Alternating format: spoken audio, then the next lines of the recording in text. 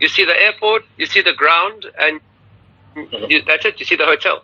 So since I've retired from playing and have worked IPL, 9 seasons in India, well, 1 was in South Africa, so 8 seasons in India. I've certainly made it my mission to see as much of India as possible, and the only way you can do that is on 2 wheels, because I borrow an infield wherever I go, because otherwise you're on the team bus. So much security at the hotels, they close off the hotels, so you never actually get to experience any of the country.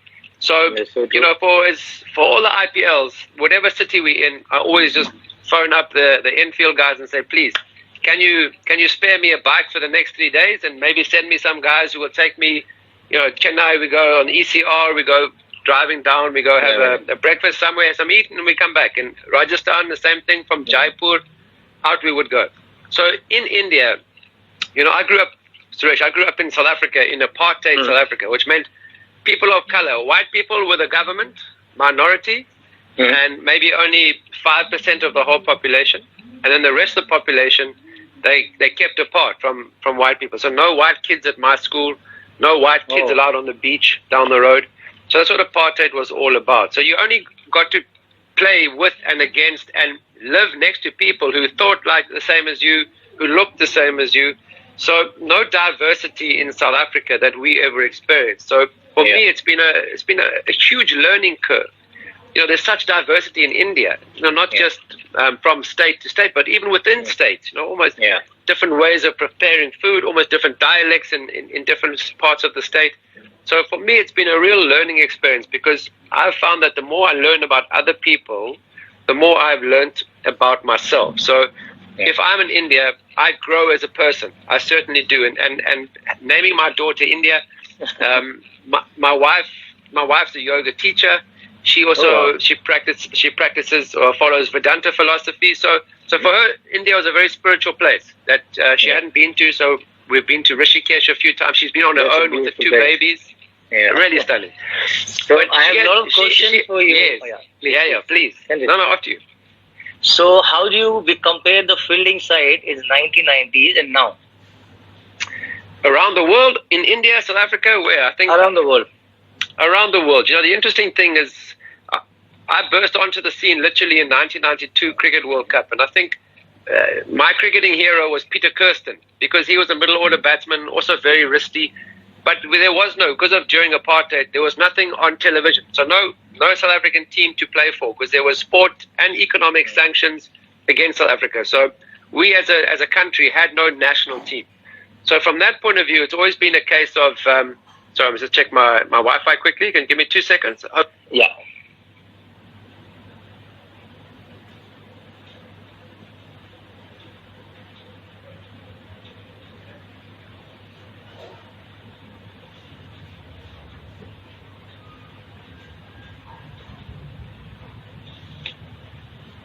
Suresh?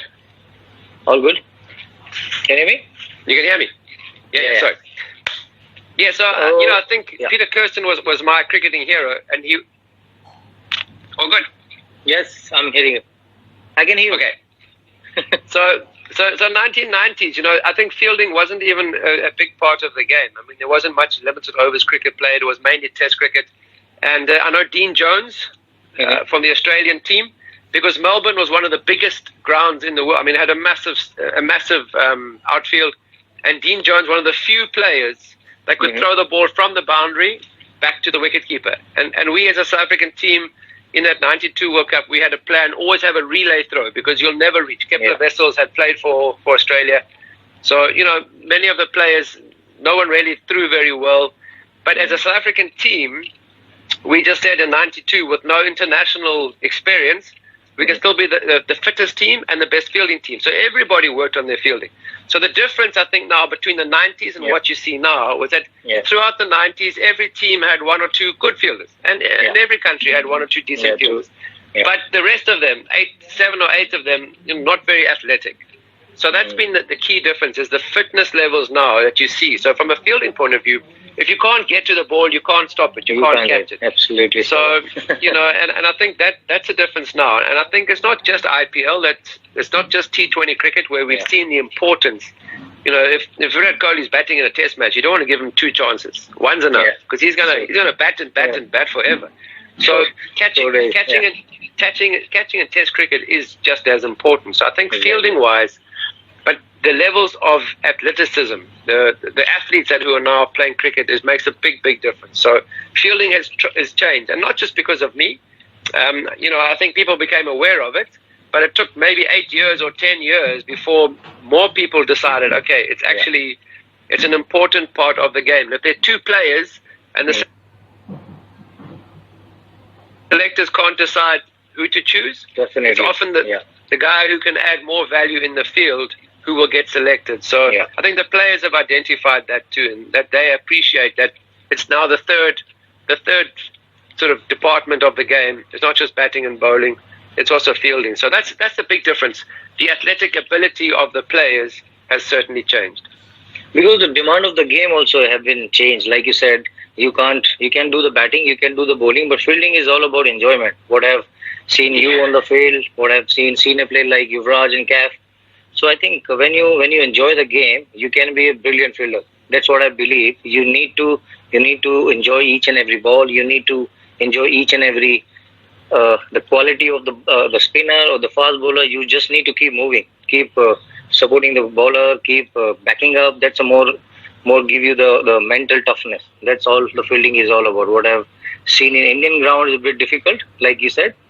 So when someone dies, the pain stays till the next game.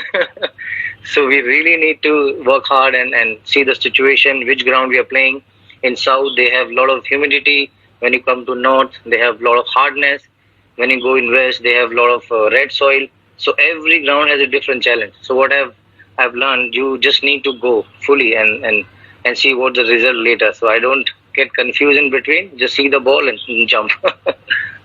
I think what you said there was the key. I think two things what you've said. One is the enjoyment. I mean, for me, there was no IPL, there was no T20 when I was playing cricket. So it was Test cricket in 50 overs. So 90 overs in a Test match per day, I was still running after the ball at the end of if we were still in the field after 90 overs, I was still chasing the ball. So we also, I was always in a position where I wanted the ball to come to me. Yeah. So the commentators would compliment my good anticipation. My reflexes weren't faster because then I would be a much better batsman. And I would have scored runs maybe like Brian Lara or Ricky Ponting possibly. I could have scored more runs if I had good reflexes.